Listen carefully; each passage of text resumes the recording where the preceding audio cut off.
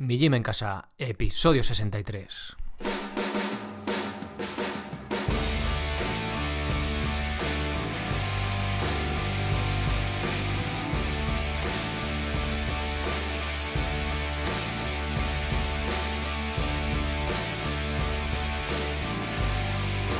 Muy buenos días a todo el mundo, os doy la bienvenida otra semana más al podcast de Mi Gym en Casa. Soy Sergio Catalán de migymencasa.com y bueno, os doy la bienvenida al programa, a la radio donde hablamos de entrenamiento y de alimentación desde un punto de vista independiente y diferente.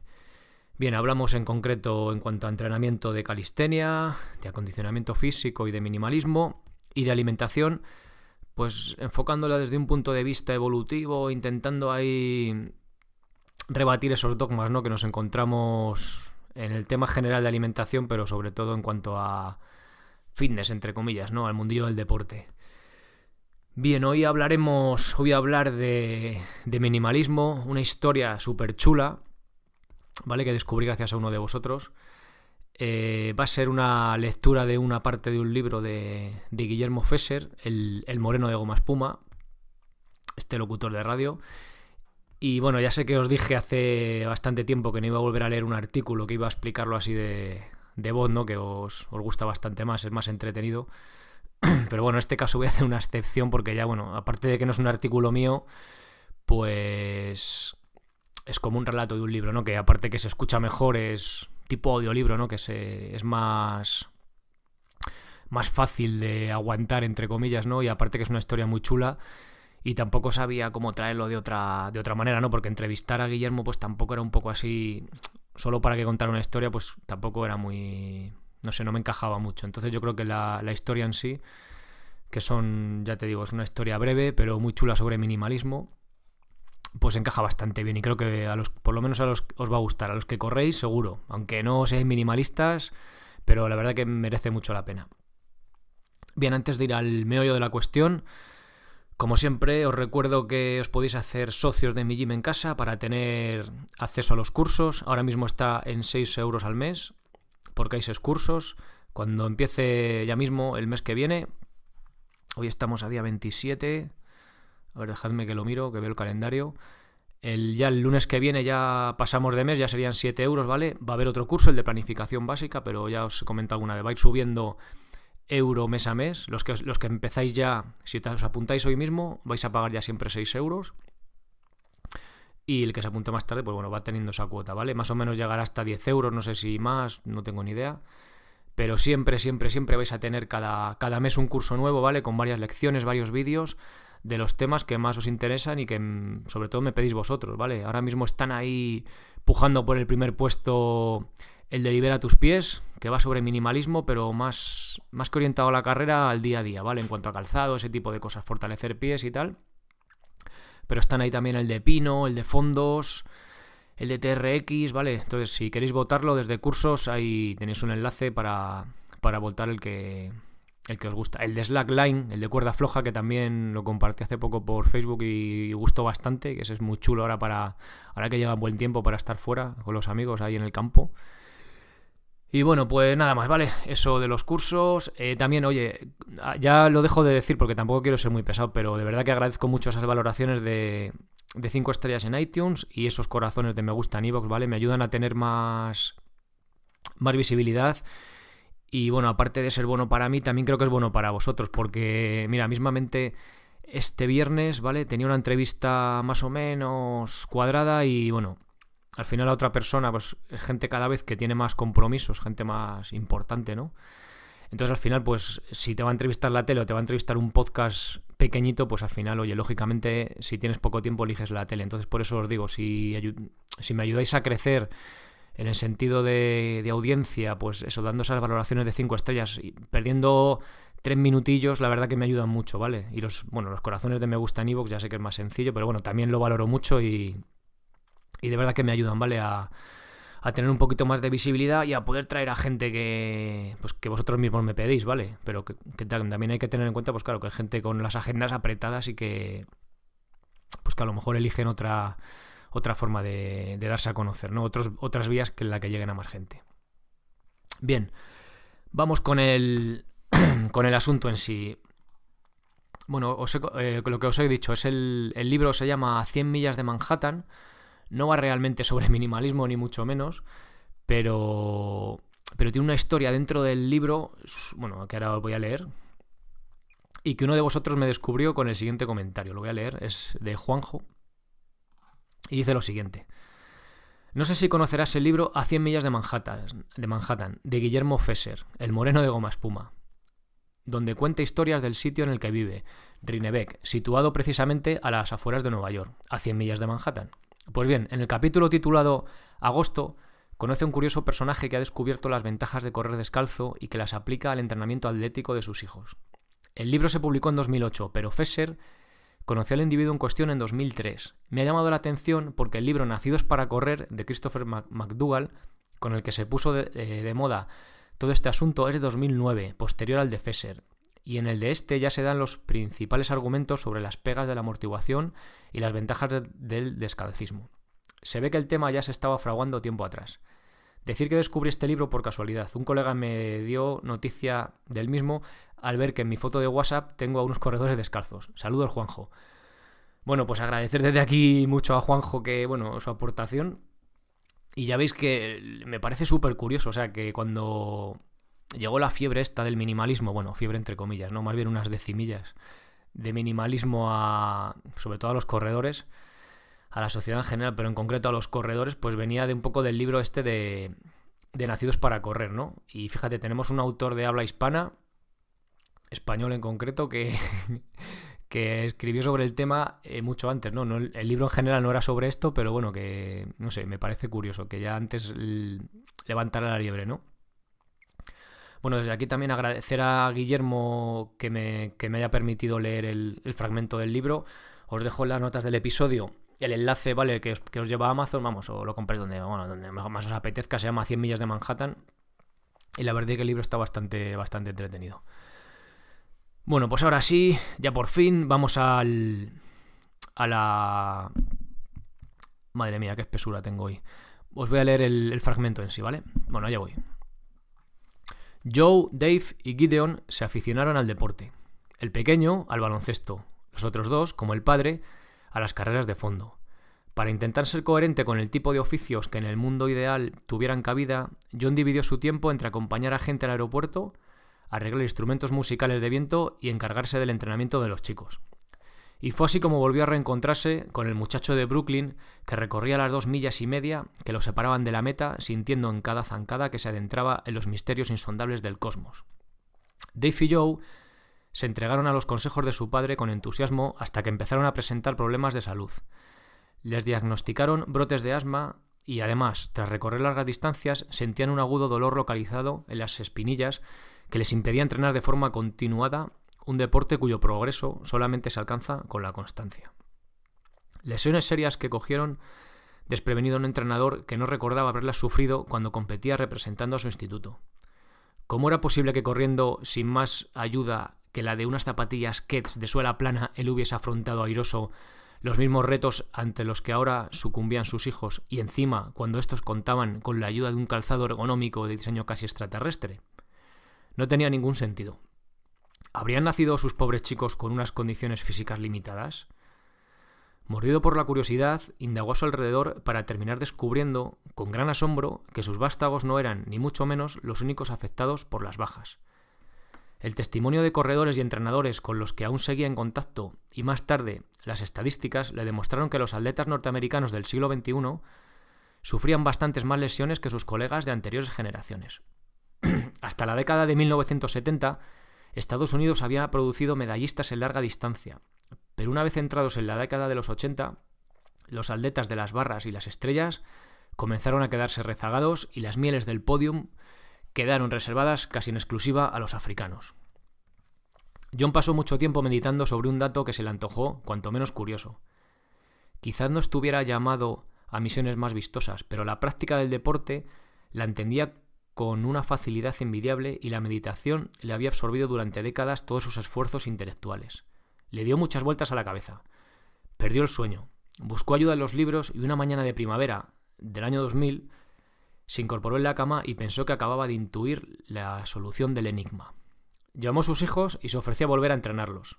A cambio les imponía 2 reglas innegociables. Debían correr descalzos y tomar aire solamente por la nariz. Algo perplejos, los chiquillos aceptaron. Tras 7 temporadas consecutivas sin sufrir lesiones, Dave Rauki, de 21 años, ganaba en el International World Sports de Seúl la medalla de oro, en 1500 metros con un tiempo de 3 minutos y 57 segundos. En el podio, recibía el abrazo y los elogios de las 2 bestias sagradas del atletismo mundial, el etíope Haile Gebrselassie, el corredor de larga distancia más grande de todos los tiempos, y el entrenador que consiguiera lanzarle a la gloria, Abebe Gesese. John y Abebe tuvieron oportunidad de discutir aspectos de la carrera y Gesese les petó: mándame al chico y te lo devolveré convertido en un campeón del mundo. Un cálculo que el viejo zorro de las pistas no aventuraba a la ligera. Sabía que podía ir rebajando su marca en una media de 5 segundos anuales. Si continuaba sin lesionarse, al alcanzar los 27, la edad de esplendor para muchos fondistas, le pondría al nivel del plusmarquista mundial Ichan El Guerrouj, el marroquí que dejó en Roma 98 el reloj congelado en 3:26. Dave, sin embargo, decidió seguir a la Universidad Marista de Poughkeepsie, Nueva York, donde estudiaba gracias a una beca de atletismo. Allí los progresos continuos de su pupilo han centrado el esfuerzo de su entrenador en que Dave consiga pasar la selección para representar a su país en los Juegos Olímpicos de Londres 2012. Un momento. Antes de nada, ¿he contado ya cómo empecé a indagar en todo este lío? Pues va siendo hora. Por centrarnos, digamos que conocí a los 3 hijos de John cuando trotaban descalzos junto a un puñado de chavales por la hierba del parque que rodea el instituto público de una localidad vecina de Rinnebeck. Fue a primeras horas de la mañana del mes de junio de 2003, y el rocío que humedecía las praderas les teñía de verde la planta de los pies. Había llegado hasta Red Hooks, atraído por las ideas que su padre me había dejado caer en una conversación que mantuvimos, algunas semanas antes, camino del aeropuerto JF Kennedy. Volaba yo a España por unos días y John se ofreció a acompañarme y conducir después el coche de vuelta a mi casa en Rinnebeck para que lo pudiera utilizar mi familia durante mi ausencia.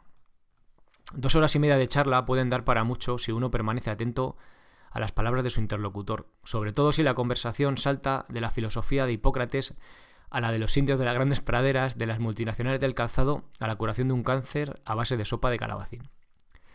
Me contó que en el último año de instituto, el mayor de sus hijos decidió afrontar las carreras de un modo profesional, pero que en cuanto pasó de entrenar 45 millas a la semana a recorrer una media de 70, le comenzaron las molestias. Dolores que los expertos consideraban el precio habitual que hay que pagar por el choque excesivo del pie contra el terreno y que a él, sin embargo, no le cuadraban con las conclusiones de su propia experiencia. Mientras echaba un vistazo a los datos históricos del atletismo, cayó en la cuenta de que los corredores de África apenas sufrían lesiones, mientras que a los norteamericanos les ocurrían con excesiva frecuencia. Se preguntó qué haría tan diferentes a los atletas de ambos continentes y en la cuadrícula se le cruzaron 2 claves interesantes. Los africanos entrenaban descalzos, y el comienzo del declive deportivo para los fondistas de Estados Unidos coincidía sospechosamente con la aparición en el mercado de las zapatillas de diseño futurista. Hasta la década de 1980, todo el mundo usaba unas Keds. A partir de esa década la suela se agrandaba y se acolchaba, los tobillos se sujetaban con mayor firmeza y se multiplicaban las lesiones. Excitado por el hallazgo, John saltó de la bibliografía de los pueblos de África a la de los indígenas de América.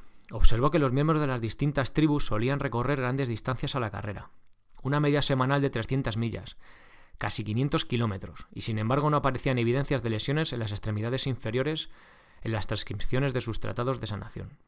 Panorama muy distinto al de hoy en día, en el que la especialización médica que más crece en Estados Unidos es la medicina deportiva, y donde a partir de los 80 kilómetros semanales comienzan las lesiones de importancia. Coincidentemente, los nativos americanos corrían descalzos como los africanos, o con la ayuda de finos mocasines que permitían la flexión adecuada de sus músculos. Entendían que los pies, al igual que las manos, podían cubrirse en ocasiones especiales para evitarles cortes en un terreno agreste o protegerlos de los excesos de temperatura, pero nunca como un hecho cotidiano, puesto que no habían sido concebidos para soportar la rigidez del calzado. Cuando el pie se le coloca un zapato, se muestra incapaz de percibir la formación del terreno que pisa, su dureza o su rugosidad, y por tanto, incapaz de enviar al cerebro la información que éste precisa para determinar la fuerza con la que debe impactar. Esto deriva sistemáticamente en una tendencia instintiva a golpear el firme con más energía de la necesaria, posiblemente en un intento desesperado por sentir el contacto que le impide la suela. Y nuestro esqueleto termina por absorber un topetazo más grande del que le correspondería. De forma natural, cuando el pie humano detecta una determinada superficie, arena, roca, hierba, reacciona y ajusta la presión con la que debe ejercer el aterrizaje. En condiciones normales debería de posarse siempre de un modo suave sobre la punta de los dedos y le correspondería al cerebro, tras descifrar los datos suministrados por estos sensores, encargar al resto del cuerpo que adoptase posturas concretas para compensar correctamente el desequilibrio del terreno, balanceando los brazos, inclinando el tronco o bien flexionando las piernas. Si presionamos con excesiva fuerza, nos hacemos daño y el cuerpo activa un mecanismo de alarma, el dolor, para que suavicemos el siguiente impacto. John Rauki mantiene que los gimnastas que aterrizan sobre mullidas colchonetas están sometidos a un mayor riesgo de padecer lesiones que los bailarines del ballet clásico que se posan sobre la dura tarima. En estos últimos, dice, desarrollan mucho más la musculatura del pie. Con calzado, nuestro organismo entra en barrena. El encajonamiento de los zapatos nos fuerza a utilizar el talón como tren de aterrizaje y provoca que la colisión repercuta en músculos a los que no les corresponde esa labor y que, por contra, la musculatura preparada para absorber el choque no reciba vibración alguna. Es decir, se produce un desajuste muscular que atrofia a unos y tensa en exceso a los otros. Para intentar corregir las molestias derivadas de esta situación, las casas comerciales diseñaron zapatillas con un talón cada vez más almohadillado. Decisión que, según iba deduciendo Rauki en sus elucubraciones, llegaba a aliviar algunos de los síntomas, pero no atajaba en absoluto el problema. Una suela inflada por un colchón de aire no consigue asimilar una fricción anómala que termina repercutiendo de forma lineal a lo largo del cuerpo y anula, más aún, la capacidad de obtener información del terreno. Iba a decir de primera mano, pero me temo que sería más correcto escribir de primer empeine. En el parque de Red Hook, aquella mañana fresca de principios de verano de 2003, me senté en un banco a observar cómo el grupo de jóvenes ascendía a la colina. Rodeaba algunos árboles y descendía de nuevo ladera abajo, esquivando las avispas. Una y otra vez, interminables veces. No sé cuánto tiempo se tiraron completando el encargo de sumar un total de 15 millas, pero suficiente para que el rocío de la mañana pasase de la madera del banco a mis pantalones y sintiese el frío de la humedad en mis posaderas. Un momento estelar que aproveché para cuestionar mi vocación de periodista con una sencilla pregunta. ¿Qué hago yo aquí a las 7 menos cuarto de la mañana? Cuando por fin rompieron filas y se acercaron a donde yo los aguardaba, nos saludaron y les pedí que posasen para sacar algunas fotos. Lo primero que noté es que les había cambiado la fisonomía. La diferencia con los dedos de los pies de la mayoría de los humanos, que cualquiera ha podido observar en un día de aburrimiento en la piscina, saltaba a la vista. Nuestros apéndices atrofiados por la falta de uso se apelmazan unos contra otros, obligados a estrecharse por la horma puntiaguda del zapato. De hecho, con bastante frecuencia, terminan por aplanarse en los laterales y en lugar del volumen cilíndrico que les correspondería, adoptan el de un tetraedro que los asemeja más a unas patatas del McDonald's con uñas. Tras 2 temporadas de libertad, los pies de estos jóvenes representan unas plantas con forma de tronco de pirámide invertida. Empezaban en el talón y se iban ensanchando por el arco para terminar abierta, como las hojas de una palmera en un ramillete de dedos. 5 prolongaciones claramente redondeadas, separadas entre sí y con vida propia. Apéndices que se movían de forma independiente a voluntad de sus dueños y saludaban con gracia a la cámara. Como aquellos del anuncio de la tele que hacían la ola al caerles una gota de cerveza, pero en tiempo real, sin necesidad de utilizar efectos especiales en la sala de postproducción.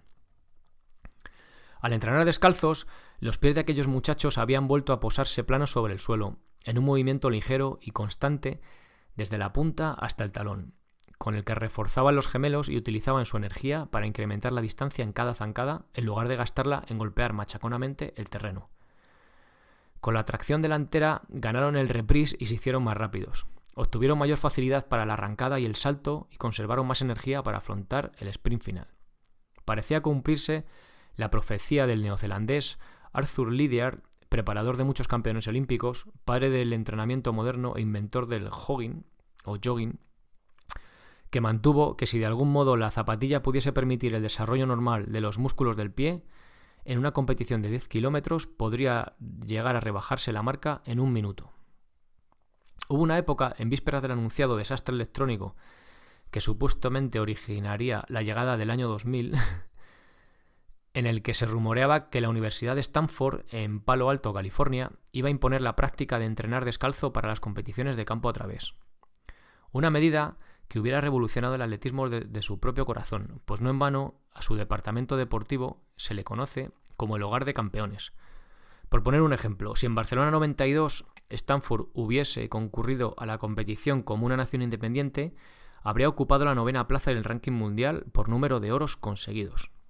El rumor anduvo cerca de convertirse en realidad, pero al final, fruto de la estrecha colaboración de los atletas de Stanford con la firma deportiva Nike, se adoptó otra alternativa. Se diseñó una revolucionaria zapatilla cuya finísima suela imitaba la libertad de movimiento de un pie sin sujeciones. Se inventó un zapato para andar descalzo. Había nacido la Nike Free. En su promoción, la marca deportiva reconocía que lo más saludable era correr sin calzado. Voy a repetir esto.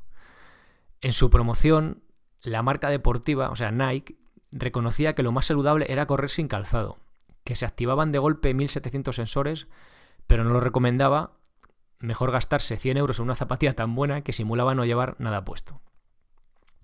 Voy a hacer un inciso, bueno, me fastidia parar aquí, pero justo esta semana Nike ha sacado una plantilla revolucionaria creo que es de fibra de carbono, que vale la friolera de 250 euros o algo así, o hasta más, que es perfecta para que te ayude en la carrera y tal. O sea, al final una plantilla, ¿no? Que...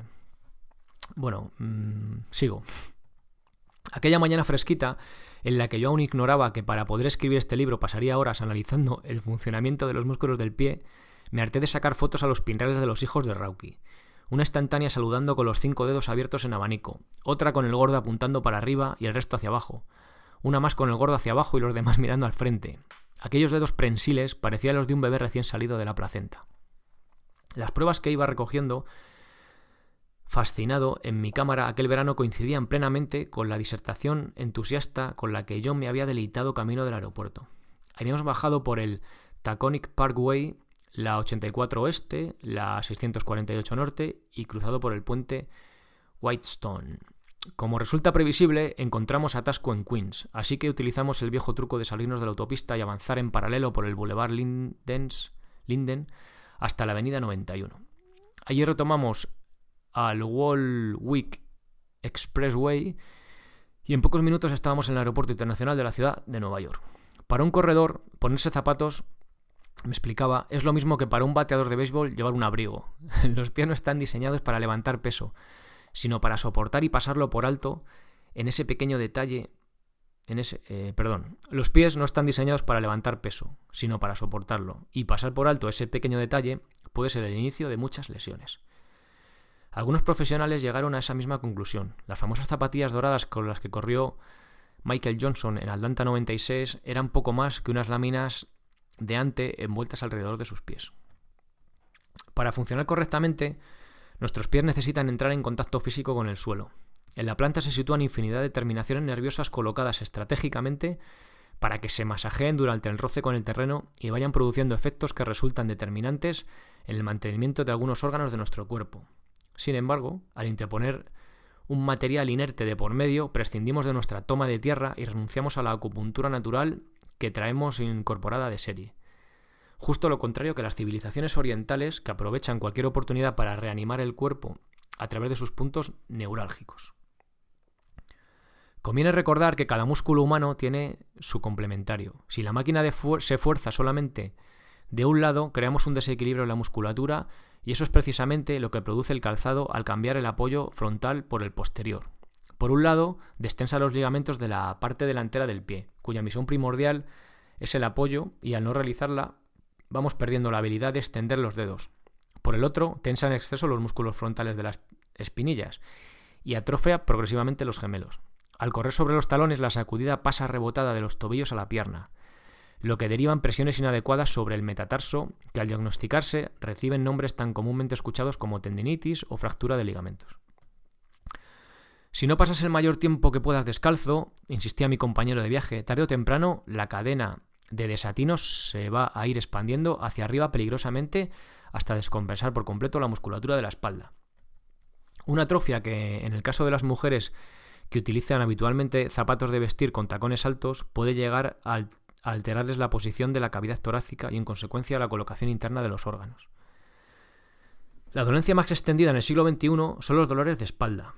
Quizás su origen radique, como afirma el traumatólogo José Ricardo Ebri, el director del Instituto Valenciano de Ortopedia Infantil, en que nunca debimos descender del árbol y erguirnos en dos patas. Pero aparte del hecho evolutivo y de lo que pueda afectar el calzado, hay un factor a tener en cuenta: el abandono total de la postura en cuclillas. La invención de la silla y del retrete han trastocado las tensiones y relajaciones naturales de la musculatura de piernas y tronco. En Pekín, el célebre doctor de medicina tradicional Ji Fang tiene una prescripción muy sencilla para los problemas de lumbalgia: 5 minutos en cuclilla durante 2 veces al día. Agacharse sobre las piernas, con las rodillas juntas y el trasero sobre los talones resulta idóneo para reequilibrar y fortalecer los músculos que hemos machacado en la actividad diaria. Es también la mejor posición para hacer de vientre, pues las heces caen por su propio peso, y para afrontar un parto, ya que las mujeres controlan los abdominales para empujar en las contracciones.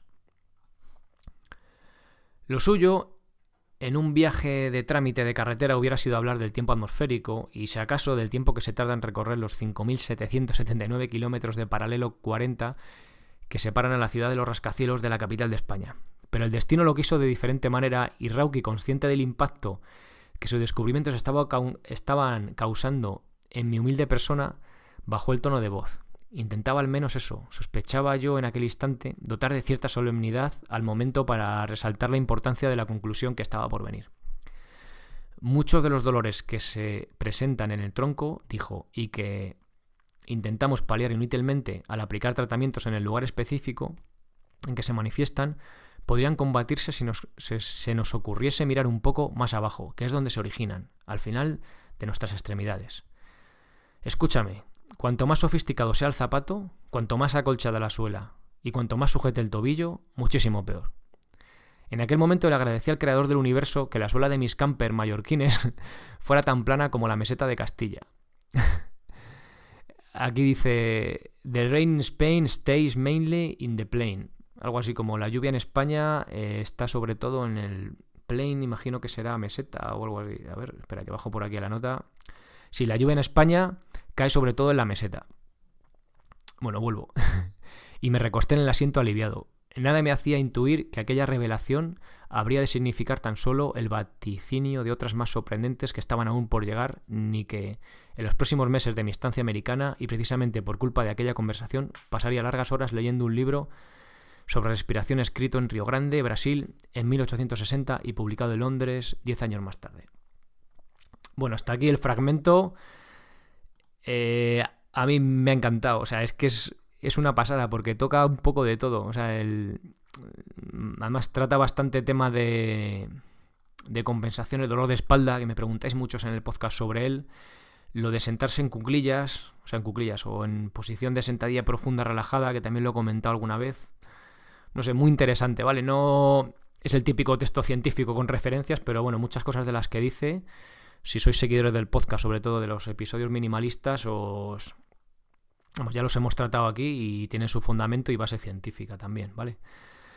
Bueno, pues como os digo, agradecer a Juanjo descubrirme este fragmento, agradecer a Guillermo Fesser por dejarme traerlo al podcast y por escribirlo y traer esta pequeña historia aquí, ¿no? Tan bonita y motivadora a la vez también, ¿no? En este sentido. Así que bueno, pues nada más, chicos y chicas. Hasta aquí el episodio de hoy.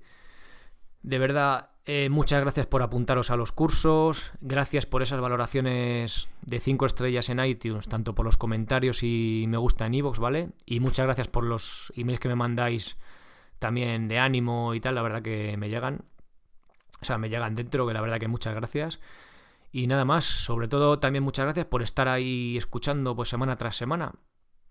Así que pasad una muy buena semana. Ya sabéis que para cualquier duda que tengáis desde el apartado de contactarme me la podéis hacer llegar. Y nada más, el viernes tenemos entrevista. Así que lo dicho, pasad muy buena semana y sed felices. Adiós.